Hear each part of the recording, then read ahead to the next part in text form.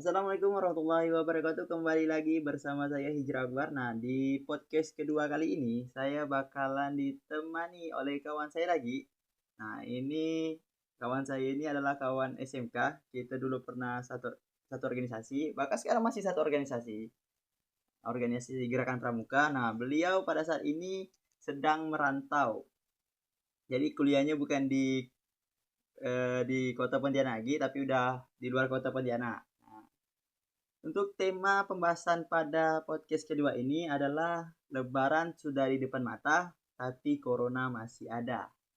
Oke, kita langsung sambung saja dengan teman saya, Bang Andi Wahyudi. Assalamualaikum Bang. Waalaikumsalam. Gimana kabarnya nih Bang? Kabar saya baik aja. Alhamdulillah. Tapi Corona masih ada di sana. Untuk corona di sini terbilang sedang mengalami peningkatan. Oh, sedang mengalami peningkatan ya di sana ya. Iya. Jadi Oke. Nah, untuk situasi sekarang bagus saya karantina sendiri di asrama. oh karantina sendiri sama. Oke Bang, boleh kasih perkenalan dulu lah. Sekarang nih posisi abang lagi di mana dan abang di sana tuh ngapain dan apalah buat abang di sana sekarang ini. Oke, jadi saya akan mendeskripsikan diri saya ya. Oke, boleh boleh boleh. Oke, pertama perkenalkan yang baru mendengar ini tidak mengenal saya Muhammad Andi Wahyudi dan juga sebagai teman dari Kak Hijrah. Saya juga bersekolah di SMK 3. Sekarang saya di Kota Batam sedang menuntut ilmu di Universitas Internasional Batam. Dan saya juga mengambil jurusan manajemen. Dan untuk sekarang saya tidak hanya berkuliah, tapi kenapa saya bisa kuliah ke Batam? Karena saya mendapat beasiswa. Dan juga salah satu fasilitas beasiswanya itu saya dapat kerja di universitas saya sendiri. Jadi kalau untuk sekarang tempat saya tinggal yaitu di asrama UIB sendiri. Jadi itu perkenalan singkat saya. Oke, baik. Terima kasih Bang udah mengenalkan. Nah, ya walaupun tidak sejauh perkenalannya tapi setidaknya udah dapat gambaran lah. Oke Bang.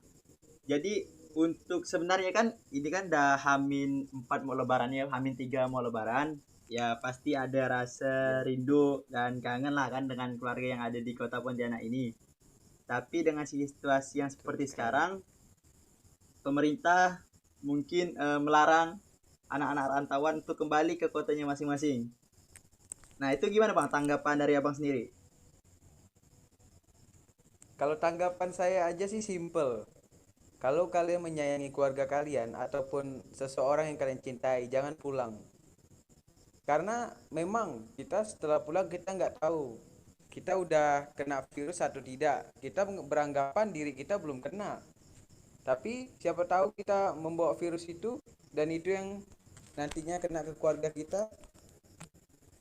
Jadi kan itu rugi juga buat keluarga kita. Jadi menurut saya seperti saya ini ya, bagus kita menahan diri untuk tidak bertemu keluarga daripada kita bertemu keluarga sekali habis itu tidak bisa melihatnya untuk selamanya.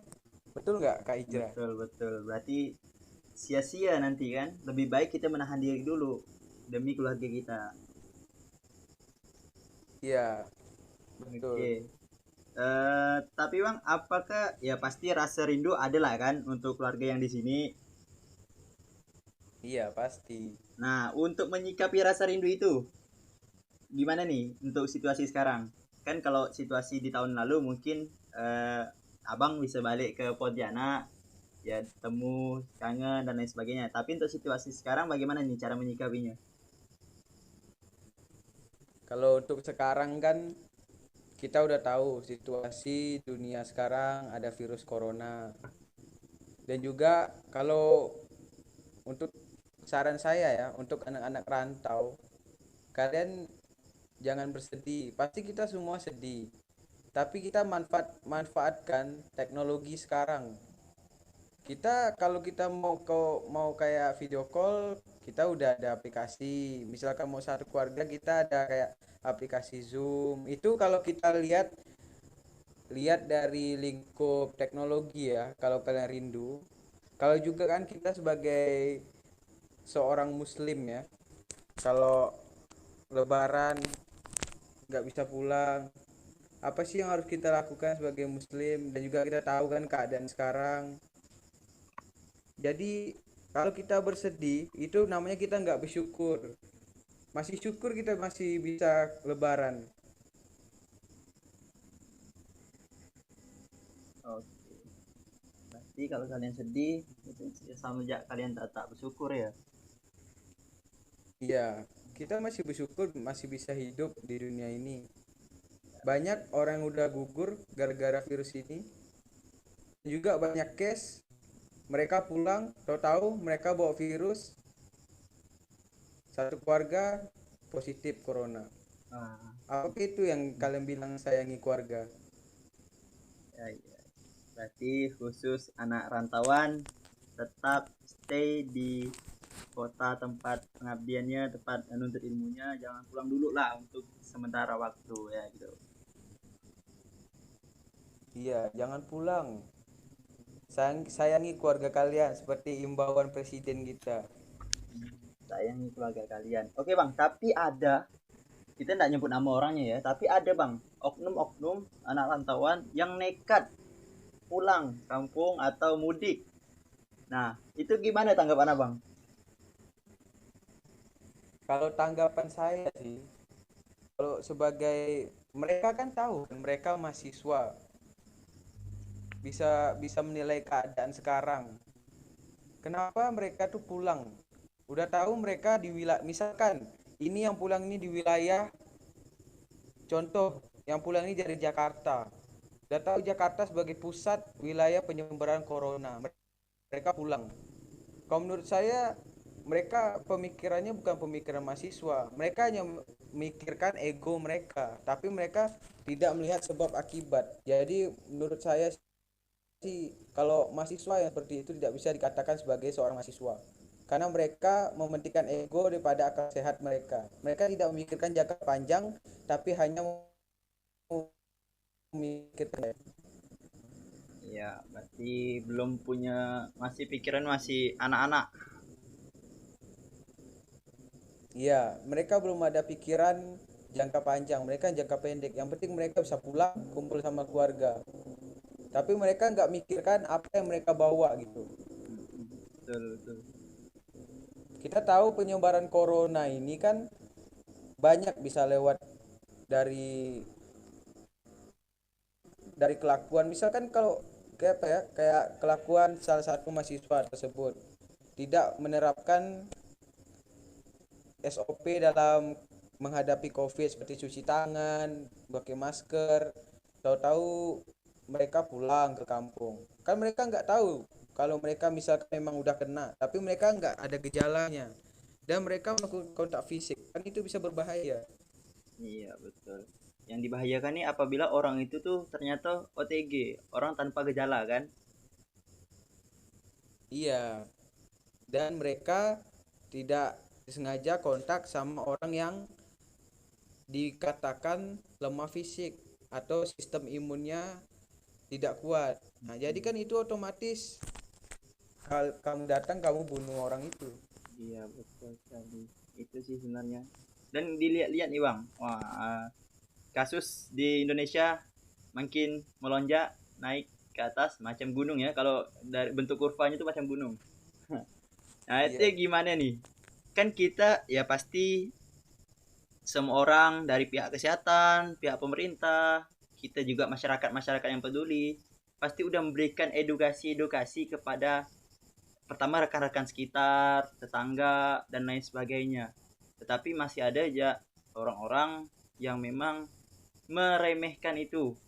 Justru sekarang pusat-pusat pembelajaran itu ramai. Lalu bandara ramai. Tetapi nah, masjid itu tuh dan tempat-tempat yang memang itu kayak kafe masih dibuka. Nah, itu tanggapan abang gimana nih? Apakah pemerintah ini kurang ketat peraturannya atau bagaimana? Jadi menurut saya ini kembali lagi ke ego masyarakat. Ada sebuah kasus yang udah lama, yaitu flu Spanyol. Ah, tak kakak tahu ya flu Spanyol kan? Oke, tahu tahu. Tahun 19 Oke, oh ya. jadi gini, masyarakat itu udah menahan diri mereka ya untuk berdiam diri di rumah atau lockdown ya. Pasti manusia ini punya sisi bosan, mau keluar kan. Jadi mereka melihat seperti sekarang berita tentang corona sudah berkurang. Misalkan tentang pokoknya tentang yang memberitakan corona sudah kurang dan segala macam. Jadi kan kita umpamakan ini kita masih gelombang pertama ya corona ya. Iya, gelombang Tapi pertama. mereka yang sudah berdiam di dalam rumah ini tidak bisa menahan diri mereka. Jadi mereka keluar, ada yang ke mall, ada yang ke kafe. Contoh yang saya lihat di Pontianak, anak-anak mudanya, saya nggak nyebutin nama ya, saya lihat aja story-story teman saya, mereka di kafe nongkrong sama teman-temannya. Iya sih. Banyak sih, Bang. Itu karena mereka hanya pedulikan 14 hari untuk di rumah. Apakah mereka tahu belajar dari masalah dunia yang dulu bahwa ada gelombang kedua? Gelombang pertama corona ini kan mengakibatkan sudah jutaan yang meninggal. Ini jika seluruh dunia serentak tidak berdiam diri di rumah, apa kayak mereka berhenti menahan diri mereka, pasti akan terjadi virus gelombang kedua corona ini. Karena mereka tidak tahan, mereka taunya oh ini beritanya udah kurang, berarti virus corona sudah hilang. Iya. Kan virus corona berkurang karena mereka di dalam rumah. Jadi kita kembali lagi bahwa ini nih balik lagi ke ego masyarakatnya. Nanti kalau udah terjadi gelombang kedua ini baru mereka salahin pemerintah. Iya, betul, Bang. Pasti balik-balik lagi ke pemerintah yang disalahkan, pemerintah lagi disalahkan. Iya betul. Padahal itu kita harus melihat dari masyarakat sendiri bagaimana.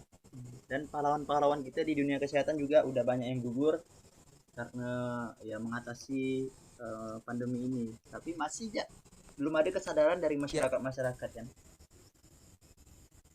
tapi malah yang parahnya, para tenaga medis kita yang paling garda terdepan ini malah dihina. Iya, Seperti di betul. media sosial bisa dilihat fakta-faktanya. Iya. Coba gimana Dan ya? juga statement para influencer kayak YouTuber, malah mereka mengasih bukan apa ya, ada salah satu YouTuber pasti kakak tahu juga nih yang mengedukasikan bahwa kalau nggak kena corona juga semua akan mati. Iya, betul, ada Abang tahu YouTuber nggak gitu. itu masalahnya? Tahu kan? Iya, Ada tahu kan tahu. YouTuber itu? Lagi booming tuh, Kak, lagi Itu kan booming. otomatis para pengikutnya kan pasti ngikutin dia. Baru kan lagi trendingnya buat video heboh, klarifikasi minta maaf, nanti Iya, ulangi lagi. ya gitu. Indonesia lucu sekarang. Sekarang kan malah sampai Indonesia agak heboh di negara tetangga. Hashtag Indonesia terserah. Iya.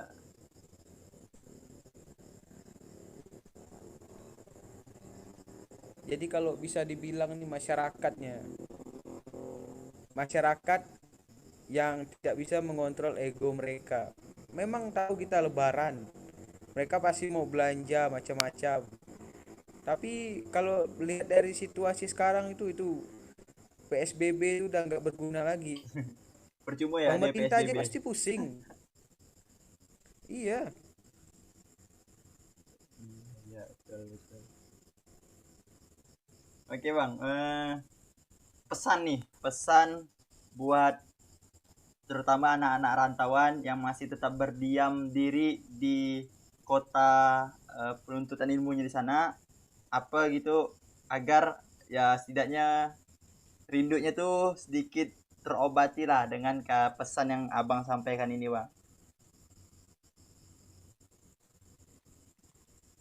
oke. Jadi pesan saya untuk para mahasiswa rantau, pertama, kita merantau untuk memajukan daerah kita. Jadi setelah ada pandemik ini, jadi kalian harus menahan diri untuk pulang. Karena kenapa? Karena kalian sayang keluarga kalian kan. Kalau kalian sayang keluarga kalian, kalian harus paham bahwa virus ini bukanlah virus biasa. Jadi kita harus tetap berada di wilayah kita masing-masing. Wilayah kita menuntut ilmu. Bahwa ada sebuah pepatah dalam bahasa Inggris, we just have one chance to life, not two or three. If you life is important, you must think what the best for your life. Kamu harus bisa berpikir apa yang terbaik untuk hidup kamu dan juga orang sekitar. Jadi tetap berada di daerah kamu, jangan bersedih. Keluarga di sana pasti juga mengerti kenapa kita nggak pulang. Ingat, Lebaran tidak hanya tahun ini, bahwa kita masih akan hidup di masa akan yang datang. Kita harus tetap semangat bahwa kalau kita pun selesai pendidikan kita di sini, pastinya kita akan memajukan daerah kita masing-masing. Kita kembali ke daerah, kita majukan daerah dan juga langsung kita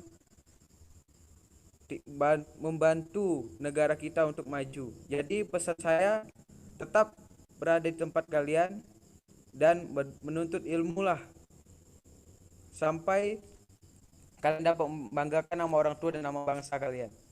Oke, baik. Terima kasih Bang atas pesan yang disampaikan. Nah, saya ya yang bukan anak rantau Bang dengarnya ini agak semangat gitu. Jadi pengen di rumah ya terus. Apalagi anak-anak rantau nih yang dengar pesan dari Abang nih. Oke Bang, terima kasih udah nemankan saya di podcast kedua kali ini. Semoga apa yang kita bahas ini bisa menjadi edukasi terhadap kawan-kawan yang mendengarnya nanti dan juga masyarakat-masyarakat yang mendengarnya nanti. Amin. Oke, sekali lagi saya ucapkan terima kasih Bang. Mohon maaf ganggu waktunya. Semoga di hari-hari berikutnya kita lebih diberikan kesehatan, diberikan keberkahan oleh Allah Subhanahu wa taala sampai nanti, dan kita doa juga semoga COVID-19 ini cepat hilang dari negara Republik Indonesia ini ya. Amin. Amin. Ya Bang, terima kasih. Assalamualaikum warahmatullahi wabarakatuh. Waalaikumsalam warahmatullahi wabarakatuh.